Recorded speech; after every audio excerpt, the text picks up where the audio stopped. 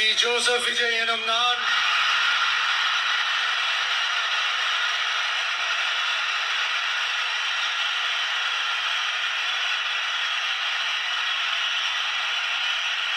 சட்டப்படி அமைக்கப்பெற்ற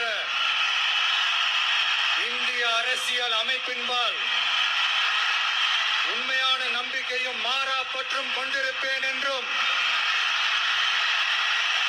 இந்திய நாட்டின் ஒப்பில்லாத முழு முதல் ஆட்சியையும் ஒருமையையும் நிலை நிறுத்துவேன் என்றும் தமிழ்நாட்டு அரசின் முதலமைச்சராக உண்மையாகவும் உளச்சான்றின்படியும் என் கடமைகளை நிறைவேற்றுவேன் என்றும்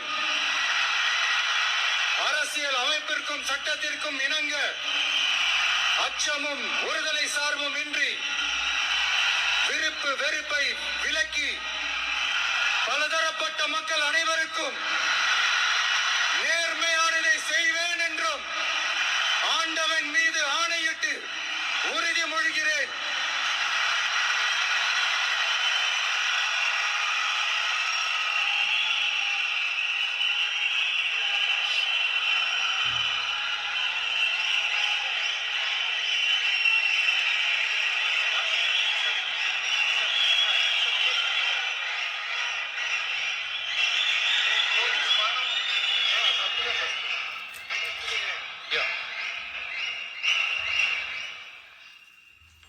சி. ஜோசப் விஜய் எனும் நான்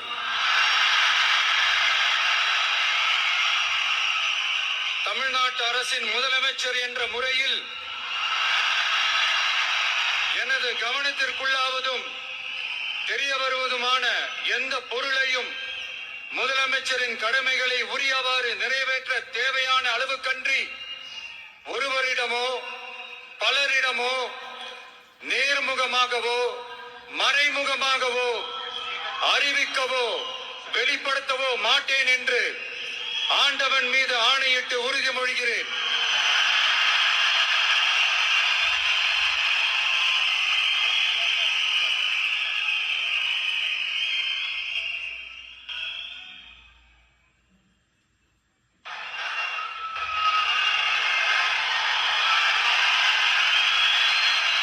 തമിഴ്നാട്ടിൽ പുതിയ ചരിത്രം പിറക്കുന്നു.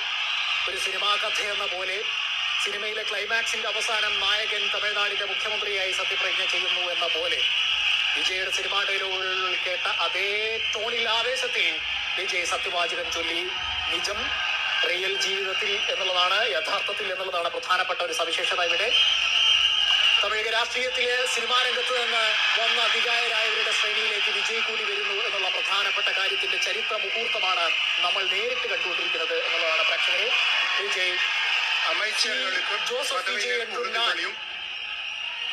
പറഞ്ഞപ്പോൾ അവിടെ ഉയർന്ന ആ ആവേശം ഓരോ വാക്കിലും കണ്ടു. നിയമസഭാംഗമായും അത് കഴിഞ്ഞ് മുഖ്യമന്ത്രിയായും സത്യപ്രതിജ്ഞ ചെയ്ത് ചുമതലയേറ്റ അധികാരമേറ്റ ശേഷം ഗവർണർ വിജയിയെ അഭിനന്ദിക്കുന്നതാണ്, ആശംസ അറിയിക്കുന്നതാണ് നമ്മൾ ഔദ്യോഗികമായി അവിടെ കാണുന്നത്. ഇനി മറ്റു മന്ത്രിമാരുടെ സത്യപ്രതിജ്ഞ കൂടിയുണ്ട് അതിലേക്ക്.